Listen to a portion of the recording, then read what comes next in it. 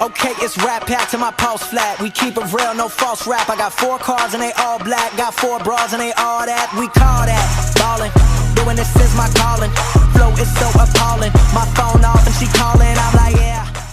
What's going on, guys, and welcome back to Nth-Level Entertainment, the most awesome series, comic book, and movie-related YouTube channel in South Africa. I'm Z the Entertainer, and I'm your host. So today we're going to be reviewing Crisis on Earth X Part 3. So this, as you know, if you've been watching my review series so far, is the 3rd installment of the CW's company-wide crossover of all the DC Comics television shows. And with this one, it's The Flash, Season 4, Episode 8. And I'm not sure what its name is. I think it's just called Crisis on Earth X Part 2, because now they no longer have their individuality as far as the crossovers are concerned, which is actually a great thing compared to what it was last year. So in this episode, it carries on from the cliffhanger of last episode, where the main universe team, finds themselves waking up in a Nazi concentration camp on Earth X.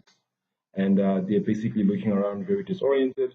And that's where they actually meet a key character in that circumstance who's going to be important in things carrying on. They actually get to meet the Ray. Excuse me, once again. They actually get to meet the Ray in this episode, who happens to be tied up in this concentration camp with them as well. And he gives them some exposition as to how things work in Earth X. So as the team looks around, they see different prisoners that have like triangles that are pointing downwards and that are of a different color, which is supposed to identify the type of crime that you've been imprisoned for.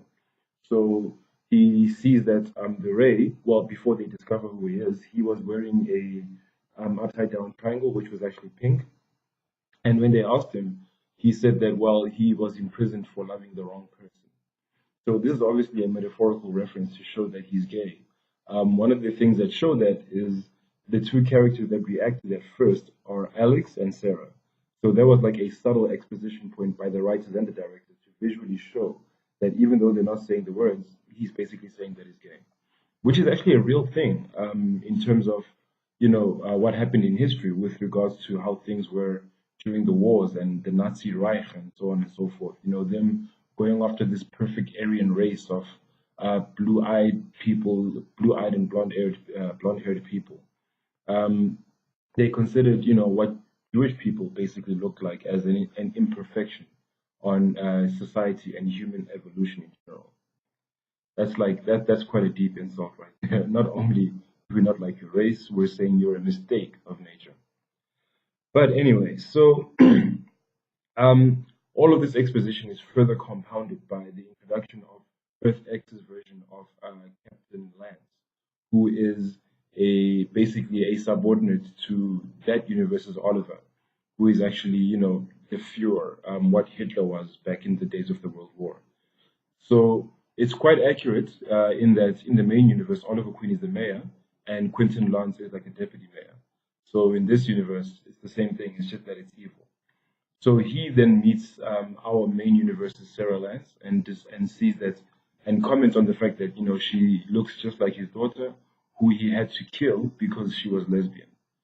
So moving things along, they try to actually execute our main universe team, where they are then rescued by Earth X's version of Leonard Snart, Captain Cold, who calls himself Leo in this universe and is known that way by his fellow resistance members.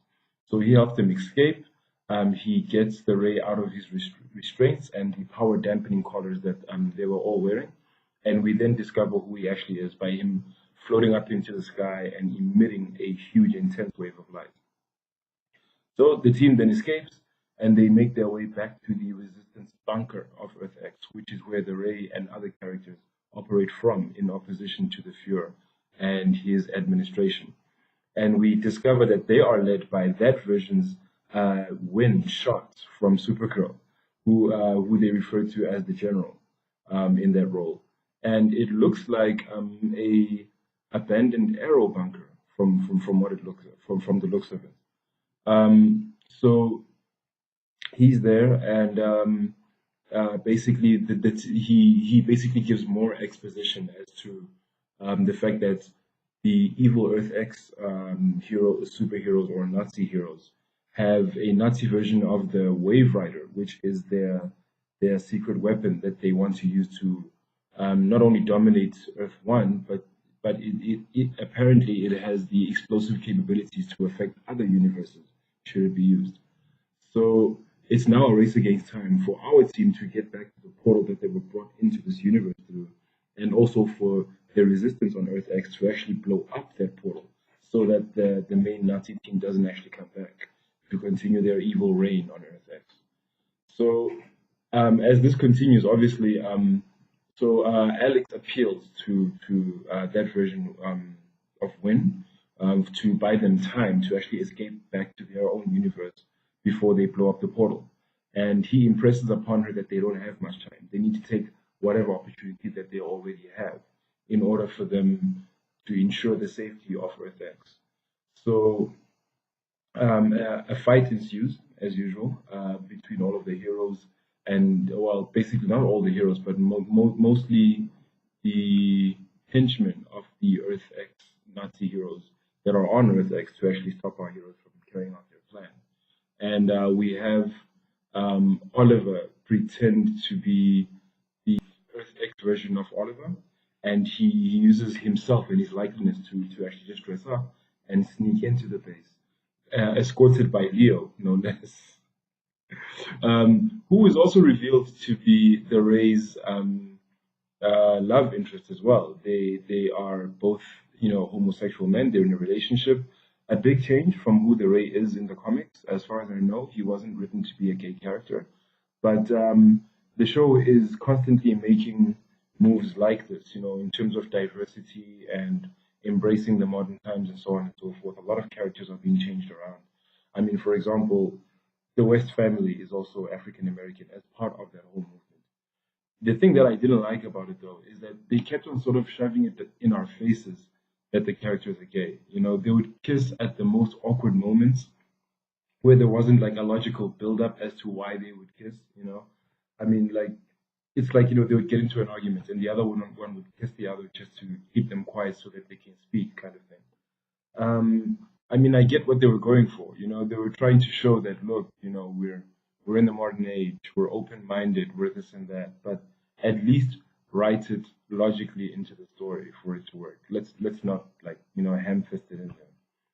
So towards the end of the episode, so Oliver is obviously caught, and Quentin Lance realizes that he's not the Earth X Fuhrer, as they refer to him, by testing him in the sense that he brings in that version's Felicity Smoke, who has dark hair and is Jewish, and he tries to get him to actually kill him. And when he refuses to, that's when he realizes that he's not the Oliver he knows. So a fight ensues, and it's then realized that the resistance sends a secret weapon for which will actually ensure that portal is destroyed in the form of Red Tornado. Now, we haven't seen a live action version of the Red Tornado since Supergirl season 1 when it was on the CBS. He was done okay in that show. He was more practical than anything else, but he was still a bit clunky and all that. This version looks so much better. I think he was mainly CG from the looks of things. His design was so much sleeker. It was nice and modernized and everything. And a fight between him, the Flash, and the Ray breaks out, with them trying to stop him from getting to the Nazi compound before the team gets through the portal. And it basically ends in a cliffhanger that they are unable to defeat Red Tornado, and he's still inbound to the compound, whilst the fight is still continuing with Oliver and the other characters in the compound. So so that'll conclude my actual story review to this episode. Again, I was blown away by all the awesome action fight sequences that they did. The whole comic book action element was very well executed in this particular crossover, and the way in which they integrated all of those elements into the story. And I like the fact that they finally introduced another character from classic DC comic book lore, the Ray, who is part of the Freedom Fighters from the comic book series as well. I think I first discovered them on the Infinite Crisis storyline. they were sort of like an alternate version of the Justice League, led by a character called, um, I think Uncle Sam. Yeah, he was sort of like the embodiment of the American spirit or something like that. And they actually came from Earth X in the comics, if I'm not mistaken. So the episode was great. My only criticism was the whole thing of them shoving gender equality or whatever the case may be, open-mindedness or open sexuality in our faces through the unnecessary makeout scenes that we had with certain characters in the episode. But nonetheless, it was great. It moved the story along quite nicely. Oh, Professor Stein gets shot in this episode when he momentarily separates from Jax, when they were trying to actually do two things at once by splitting up, and he gets shot in the crossfire in the gunfight that actually ensued. So the episode ended on a bit of a dark cliffhanger, even though they did eventually. Oh no, that's the next episode as well. It ended off on a dark cliffhanger. Very much like it's almost like it was the Empire Strikes Back of this four-night crossover. So it was a great episode.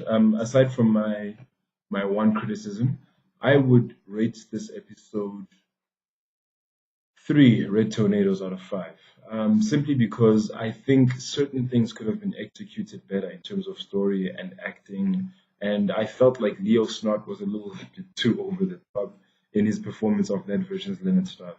But otherwise, it was a great episode. The comic book geekiness was well served in this episode. So that's going to be it from me. So please comment freely below. Let us know what you thought of this episode if you've seen it. Let me know what you thought of my review of the episode, and let me know what content you'd like to see me review in future going forward.